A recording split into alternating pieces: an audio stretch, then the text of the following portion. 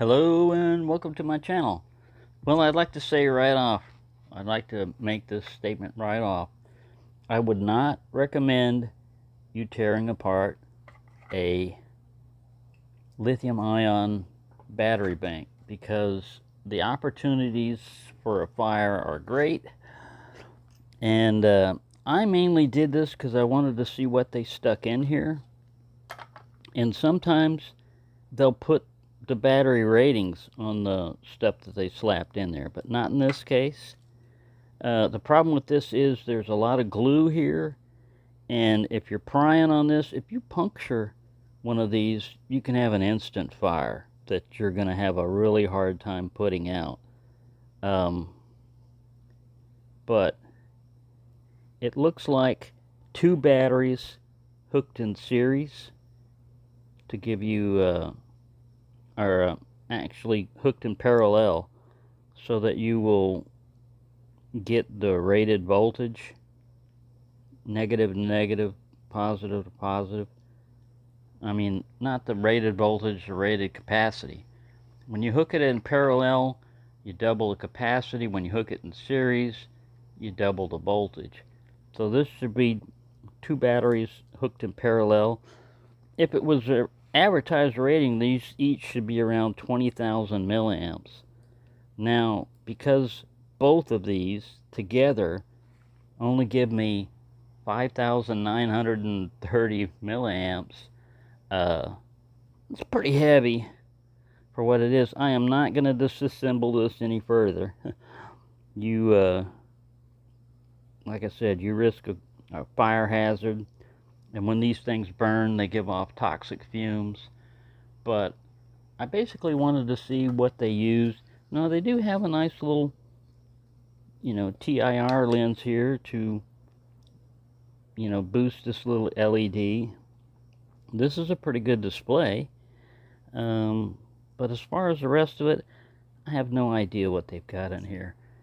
My review for Amazon was rejected for some reason.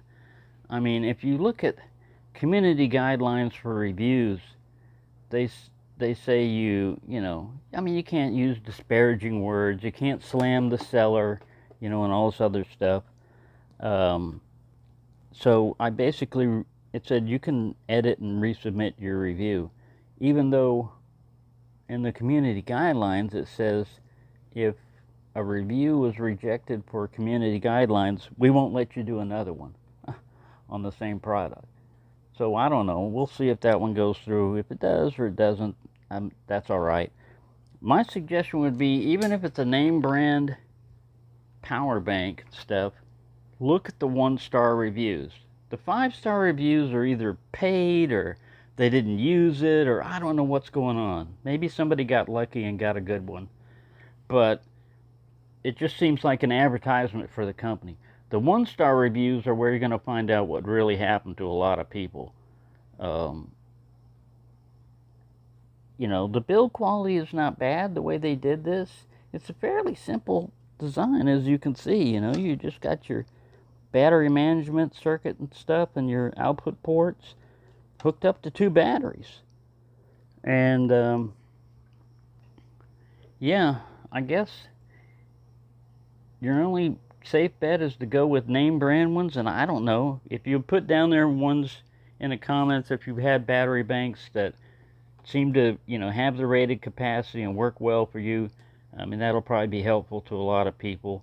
Myself, I'm gonna just watch out for the high capacity ones. You're probably safe with the 10,000 milliamp or less, but you start getting up much beyond that, like I said, read the reviews, especially the 1-star reviews, because that'll give you a better idea of what's going on than 5-star reviews. I mean, and that's usually what they throw up at you at Amazon. It's just nothing but the glowing reviews, and it says click for more. What I do is I go up to the global ratings, I look at the 1-star reviews. It's usually like about 7 to 9% or 1-star. I click on those and I read those, and those will inform you a lot. The other ones are just, like I said, mostly advertisements for the company. I mean, you don't know. Amazon says verified purchaser, but it could have been somebody from the company that purchased it, you know? You never know. Well, anyways, I just thought I'd show you what I got from tearing it apart. There are no markings on these batteries. Like I said, it's heavy enough, you know, that you would think it's the rated capacity, but that is a huge scam that they always do. They just make up these numbers just to get you to buy them, and once you bought them, you're pretty much out of luck. Capacity. You know, if a company did that, that'd be like a car company telling you, I'm selling you a V8 engine, and you get the car and it's a 4-cylinder or a 2-cylinder. Well, it's pretty easy, you know, for you to pop the hood and see the difference. In this case, the hood is locked.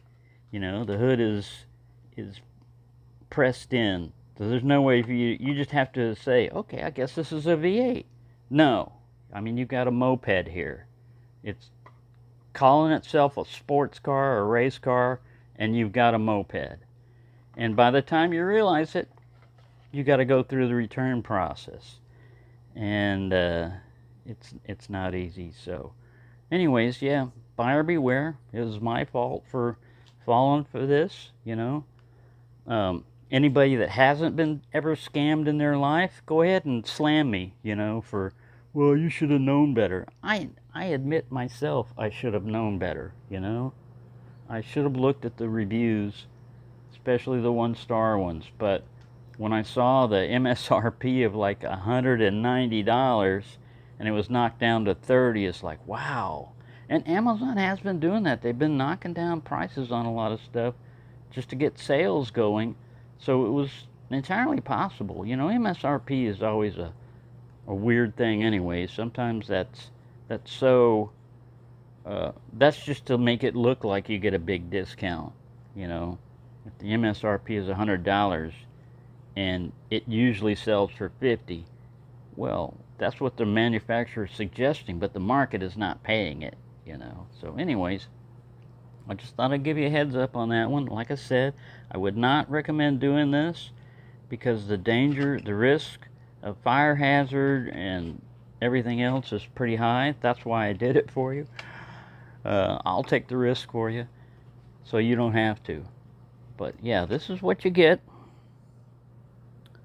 This is what you get in there.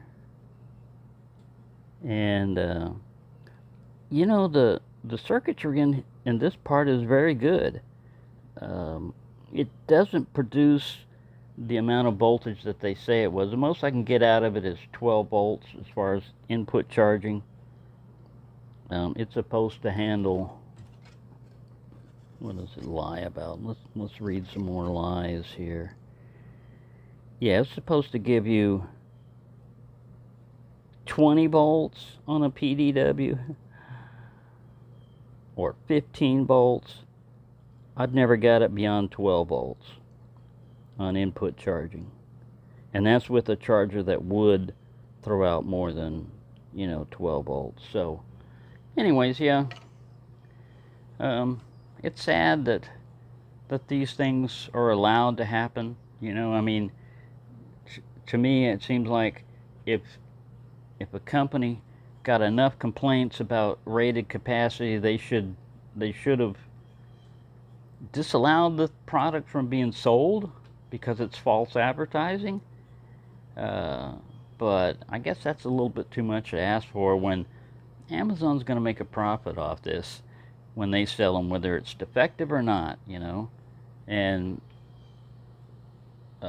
I'm sure they write off their losses, you know. If they have to just give somebody a refund or whatever, they can write that off in their taxes or something. So yeah, they're making money either way, and it's not right, but hey, that's life. Anyways, there's an update for you.